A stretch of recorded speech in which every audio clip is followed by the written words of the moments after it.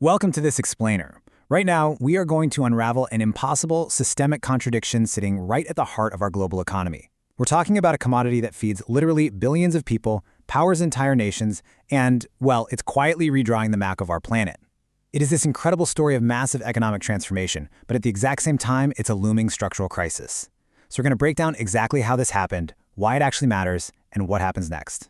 But to really grasp this system, we need to picture the hidden costs, the stuff happening thousands of miles away from us, the average consumers. Imagine the sudden, deafening crack of a collapsing tree deep in a rainforest, a tree that took centuries to grow. Picture smoke rolling across the sky like a storm that just won't clear. An orangutan clinging to the last branch above a literal sea of flames. I know it's stark, but this is the brutal, ground-level reality of global expansion. Okay, let's dive into this. Because you might be wondering, how does that distant burning rainforest connect to you? Right here, through your everyday routine. While that forest burns, someone in a crowded city is squeezing cooking oil into a frying pan. Hidden inside your cookies, your shampoo, your instant noodles, your lipstick, and yep, even the fuel tanks of our cars, palm oil has become this absolutely invisible force shaping the modern world. We interact with it constantly, without ever making the connection. Section 1. Invisible Force, a Global Transformation. We have to understand why palm oil completely exploded in the first place. The answer? It acted as a genuine economic miracle. For millions of families, palm oil wasn't some abstract environmental issue, it was pure survival. And looking at the geography illustrates exactly where that boom took root. A staggering 80% of global palm oil production is concentrated in just two nations, Indonesia and Malaysia. For these governments, pushing this crop was the clearest, fastest path out of economic dependence. It brought roads, it brought schools, electricity, jobs to isolated villages. It earned farmers way more than almost anything else they could legally grow, creating this overwhelming financial incentive to clear land and plant. Because of all that, investors and farmers alike started calling it exactly this: liquid gold. And for a while, the structural story looked incredibly simple and, frankly, wildly successful. Forests became plantations, plantations became profit, and that profit became tangible, life-altering progress. It was an economic engine firing on all cylinders. But as the industry grew at this breakneck industrial speed, a massive systemic vulnerability was quietly growing underneath it all. Section 2. The Efficiency Paradox, the Ultimate Bottleneck. Looking at the sheer scale of the deforestation, the obvious question pops up, right? Why don't we just ban it? Why not replace palm oil with something else? Well, here is the ultimate structural bottleneck. Palm oil itself isn't inherently evil. Actually, on a macro level, its agricultural efficiency is totally unmatched by any other plant on Earth. Now, what's really interesting here is the mathematical paradox. It is staggering. Palm oil is literally the most productive vegetable oil crop we have. If we banned it tomorrow and tried to swap it out for alternatives like soybean or rapeseed oil, we would need significantly more land to get the exact same amount of oil. Banning it would mathematically accelerate global deforestation. The world built its food system around palm oil simply because it's cheap, versatile, and hyper-efficient. Section 3. The Climate Irony and Unintended Impacts. That wild efficiency leads us directly to a whole new set of problems. As global demand surged, an entirely new pressure entered the market, our search for alternative fuels. We took a crop already dominating the global food supply and asked it to power our vehicles. The environmental fallout from this has been devastating, especially when it comes to peatlands.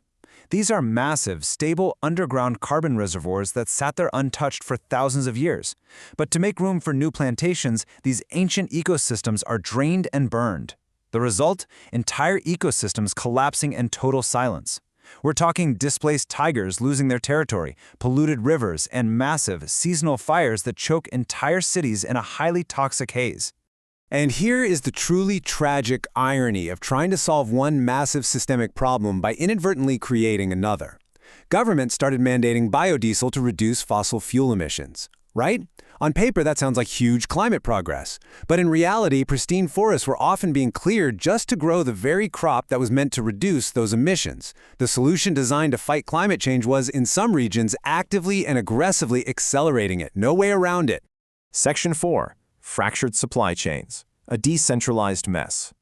Now, you might be wondering, why don't big companies just promise to stop buying the bad oil? So the crucial point to understand is that corporate pledges fail constantly because the global supply chain is intentionally opaque. It is a fragmented, decentralized mess. Just follow this convoluted journey. The oil starts with millions of independent smallholder farmers, moves to local mills, passes through complex, shady layers of exporters and traders before it finally hits the global manufacturer. Because oil from totally different farms gets constantly mixed together at the mills and refineries, physically tracing it back to the exact patch of land it grew on is almost impossible. And that is exactly how illegal deforestation slips right through the cracks of global certification programs.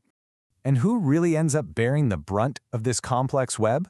The smallholder farmers. They manage huge portions of the land, but they usually lack the financing or the legal land titles needed to upgrade their practices. Meanwhile, wealthier corporations adapt super quickly. This ultimately leads to a divided, two-tier global system. The clean, certified oil flows to places like Europe and the US, while the cheaper, unregulated oil flows to markets with much weaker standards.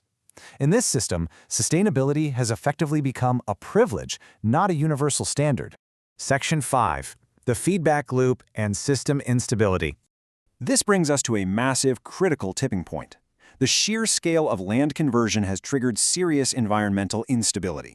And now, in a stunning twist of causality, the climate is aggressively turning against the exact industry that disrupted it in the first place.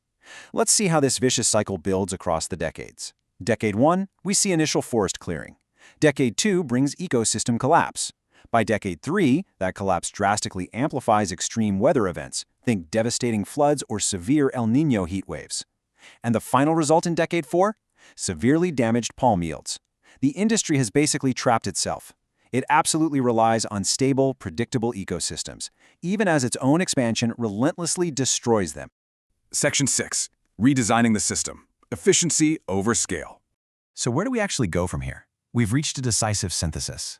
The battle over palm oil isn't just about banning a product or saving one single forest anymore. It's a much bigger fight about whether humanity can fundamentally redesign its economic systems before we literally outrun the physical limits of our planet. The science-backed path forward says we have to abandon the old model of endless expansion. The future is all about efficiency without destruction. We have to produce more from the exact same amount of existing land. That means rolling out better, higher-yield seeds. It means precision agriculture, agroforestry, and, absolutely crucial, stronger laws to hold those fractured supply chains accountable.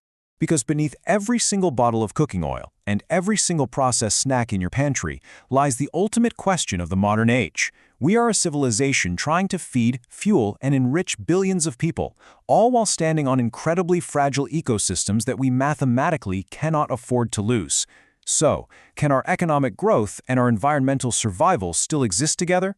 Or will global markets fail to reward sustainability before our forests reach a point of absolute no return? It is the ultimate paradox, and it's a choice we have to make today.